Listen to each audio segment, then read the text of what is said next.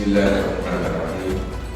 Assalamualaikum warahmatullahi wabarakatuh. Alhamdulillahi wa kafa, wassalatu wassalamu ala nabiyil mustafa wa ala alihi wa ashabihi ahli sidqi wal wafa. Allahumma salli wa sallim wa barik ala sayyidina Muhammad wa ala alihi wa ashabihi ajma'in, amma ba'd. Qala Allah ta'ala fi kitabihil karim, a'udzu billahi minasy syaithanir rajim. Walladzina idza fa'alu fahishatan aw zalamu anfusahum dzakarullaha fastaghfaru lidzunubihim wa may yaghfiru dzunuba illallah wa lam yusirru 'ala ma fa'alu wa hum ya'lamun. Shadaqallahul 'azim. Bapak Ibu sekalian, jamaah salat Isya, salat tarawih dan salat witir yang dimuliakan oleh Allah Subhanahu wa taala. Tidak terasa kita sudah hampir sampai pada penghujung bulan Ramadan. Rasa cepat ini mudah-mudahan adalah perasaan yang positif, karena biasanya kalau kita menjalankan sesuatu yang nikmat itu tidak terasa.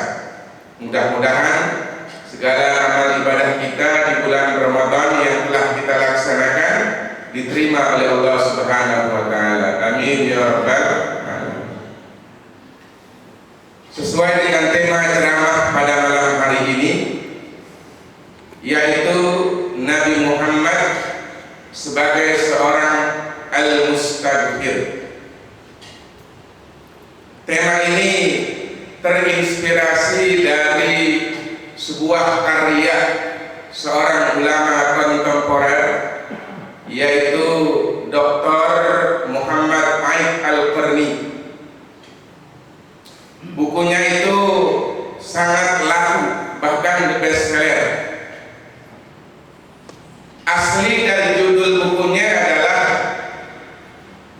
Muhammad Mulhimul Alam, yang diterjemahkan dalam bahasa Indonesia menjadi Nabi Muhammad sang inspirator dunia. Alhamdulillah, saya sudah memiliki dan sudah membaca buku yang sangat baik, sangat luar biasa. Dalam bab tentang Nabi Muhammad sebagai seorang mustaghfir. Mustaghfir itu artinya adalah orang yang suka untuk meminta ampun, orang yang suka untuk beristighfar.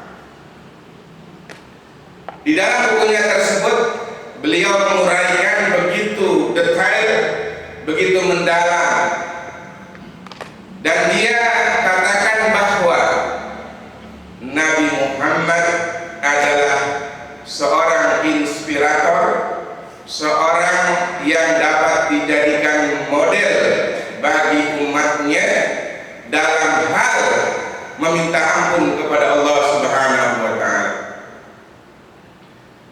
Di awal bukunya dia mengatakan bahwa istighfar atau memohon ampun itu adalah sunnah para nabi, sunnah para aulia, dan sunnah para orang-orang yang soleh. Oleh karena itu, dengan kebiasaan mereka beristighfar, mereka diselamatkan, mereka diberikan rahmat, mereka diberikan jalan keluar dari segala urusan yang dihadapi. Hadirin hadirat yang dimuliakan oleh Allah Subhanahu wa taala. Rasulullah memerintahkan umatnya untuk memperbanyak istighfar. Ini terlebih dahulu dia praktekkan. Sebagai seorang pemimpin, dia lakukan lebih dahulu oleh dirinya sebelum dia memerintahkan kepada umatnya. Di dalam buku tersebut dijelaskan bahwa Rasulullah itu selalu beristighfar dalam setiap keadaan dan setiap tempat. Ketika beliau berjalan, beristighfar. Ketika beliau akan tidur, beristighfar. Ketika beliau akan melakukan sesuatu yang baik, maka beliau juga beristighfar. Jadi tidak ada kata lain, Rasulullah selalu beristighfar dan beristighfar kepada Allah Subhanahu wa Ta'ala. Nah, pertanyaannya Bapak Ibu sekalian, Rasulullah kan orang suci. Dia sudah diampuni segala dosa-dosanya. Tapi kenapa beliau menjadi orang yang sangat suka untuk beristighfar, mohon ampun kepada Allah Subhanahu wa Ta'ala? Jawaban yang menurut saya sangat logis. Ya, memang Rasulullah diampuni segala dosa-dosanya, tapi nikmat yang diberikan oleh Allah begitu banyak, begitu tidak terhitung oleh manusia. Maka sebenarnya istighfar yang kita lakukan itu tidak sebanding dengan nikmat yang diberikan oleh Allah kepada kita. Jadi Bapak Ibu sekalian, jawaban Aid al-Qarni, karena memang banyak nikmat Allah yang dianugerahkan kepada kita semua, dan sebagai sebuah syukur kita kepada Allah, maka perbanyaklah untuk membaca istighfar. Bapak Ibu sekalian yang dimuliakan oleh Allah Subhanahu wa Ta'ala, di dalam buku itu juga ada hal yang mungkin tidak terkira bagi kita. Beliau menjelaskan beristighfar kepada Allah juga bisa dilakukan pada waktu ketika mendapatkan nikmat dari Allah Subhanahu wa Ta'ala. Inilah yang kemudian turun ayat idza jaa nasrullahi wal fath wa ra'aitan nasa yadkhuluna fi dinillahi afwaja fasabbih bihamdi rabbika wastaghfir innahu kana tawwaba. Ketika kamu wahai Muhammad melihat umat ini berbondong-bondong masuk ke dalam agama Islam, itu merupakan sebuah kemenangan, merupakan sebuah nikmat. Tapi di situ Allah mengatakan fasabbih bihamdi rabbika wastaghfir, maka hendaklah engkau bertasbih, berzikir, ya, wastaghfir, dan mohon ampunlah kepada Allah Subhanahu wa Ta'ala. Jadi kalau kita mendapatkan nikmat, mendapatkan hal-hal yang kita inginkan, yang menyenangkan, maka kita diperintahkan juga untuk beristighfar kepada Allah Subhanahu wa Ta'ala. Seperti dicontohkan oleh Rasulullah, kenapa ketika beliau selesai melaksanakan sholat, zikir yang pertama kali diperintahkan adalah bukan membaca tahmid atau membaca tahlil, tapi mengucapkan apa? Astagfirullah. Ini artinya apa? Kemungkinan dalam sholat kita itu ada kesalahan, ada kekeliruan, khusyuk, mungkin banyak hal-hal yang tidak sesuai, maka pertama sekali yang diajarkan oleh Rasulullah adalah beristighfar kepada Allah Subhanahu wa ta'ala. Hadirin hadirat yang dimuliakan oleh Allah Subhanahu wa ta'ala, kenapa istighfar ini sangat diperintahkan oleh Allah dan Rasulnya kepada kita semua?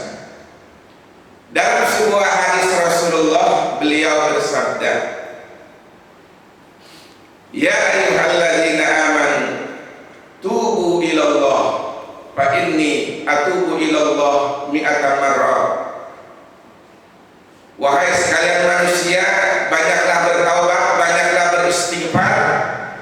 Sesungguhnya aku tidak kurang 100 kali mengucapkan istighfar kepada Allah Subhanahu wa ta'ala. Kalau Rasulullah yang sudah terbebas dari dosa saja istighfarnya 100 kali. Nah, kita yang dosanya banyak, berapa kali kita istighfar kepada Allah?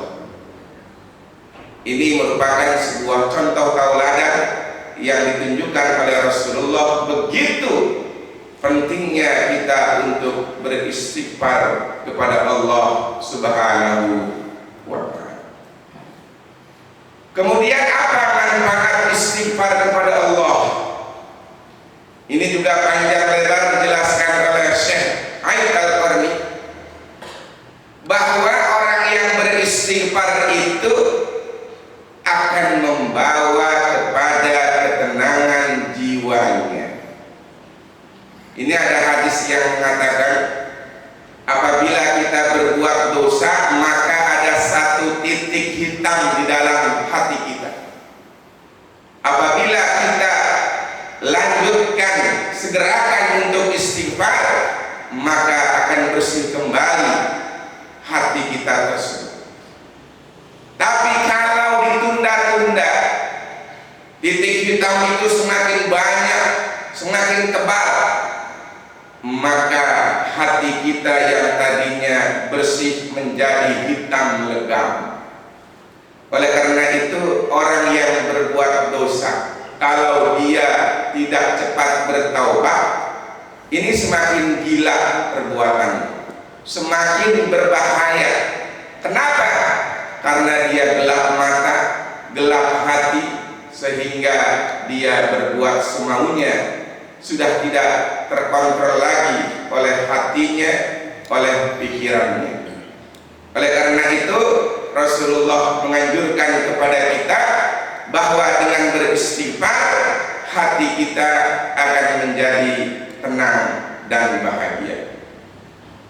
Dalam hadis yang lain juga beliau menguatkan, man lazimal istighfar ja'alallahu min kulli dhaiqin haraja wa min kulli hammin faraha wa razaqahu Allahu min haitsu la yahtasib. Orang yang selalu mengkontinyukan istighfar, astagfirullahaladzim, astagfirullahaladzim, apa jaminan dari Allah? Maka dia akan diberikan jalan keluar dari segala kesempitan. Yang kedua, dia akan diberikan kegembiraan ketika mengalami kesedihan. Dan yang ketiga, Allah akan memberikan rizki dari arah yang tidak diduga-duga sebelumnya. Oleh karena itu, banyak sekali para ulama yang mengatakan bahwa sesungguhnya doa itu penting, tapi yang lebih penting lagi adalah beristighfar. Kenapa? Dalam istighfar kita tidak meminta sesuatu, tapi kalau dalam doa kita akan minta sesuatu. Tapi dengan kerendahan hati manusia mengakui segala kesalahannya, segala dosanya, tidak diminta pun Allah akan berikan sesuai dengan jaminan yang telah disebutkan. Hadirin hadirat yang dimuliakan oleh Allah Subhanahu wa taala, diceritakan Rasulullah ketika akan meninggal itu adalah dia banyak beristighfar kepada Allah Subhanahu wa taala. Sekali lagi beliau sudah terbebas dari dosa, tapi memang dengan beristighfar itu akan memberikan sebuah ketenangan jiwa, kebahagiaan, dan akan mendapatkan sebuah kematian yang diridhoi oleh Allah Subhanahu wa taala. Dalam Al-Qur'an juga dikatakan wa bil ashari hum yastaghfirun. Pada waktu sahur, ya, waktu-waktu sahur itu kebanyakan yang kita lakukan apa? Nonton TV atau menggunakan HP. Padahal waktu-waktu sahur itu adalah waktu yang sangat baik untuk kita beristighfar, memohon ampun kepada Allah Subhanahu wa taala. Oleh karena itu janji Allah dalam Al-Qur'an, orang yang memperbanyak istighfar selain janji-janji yang sudah dikuatkan oleh Rasulullah, yang puncaknya adalah lahum maghfiratun min rabbikum, lahum darajatun wa maghfiratun wa rizqun karim. Apa balasannya? Para ulama mengatakan darajat dalam ayat itu adalah derajat surga yang tinggi nanti di akhirat kelak. Wa maghfiratun, dan mendapatkan ampunan Allah dan mendapatkan rizki yang sangat mulia. Oleh karena itu banyaklah kita beristighfar, terutama di bulan Ramadan ini, terutama juga di akhir-akhir bulan Ramadan ini. Salah satu yang diajarkan oleh Rasulullah untuk mendapatkan malam kemuliaan Lailatul Qadar, perbanyaklah kita beristighfar, memohon ampun kepada Allah. Lafaznya yang paling minimal. Ada juga satu sifat yang diajarkan oleh Rasulullah yang disebut dengan Sayyidul Istighfar. Apa ini? Komandannya istighfar. Ya, jadi itu agak banyak, agak panjang. Allahumma anta rabbi la ilaha illa anta khalaqtani wa ana 'abduka wa ana 'ala ahdika wa wa'dika mastata'tu, dan sebagainya. Itu marilah kita perbanyak, terutama ketika kita sedang i'tikaf. Insyaallah kita memang hadir di bulan Ramadan ini menjadi orang-orang yang diampuni segala dosa-dosanya, karena Rasulullah menganjurkan bulan Ramadan ini adalah bulan ampunan.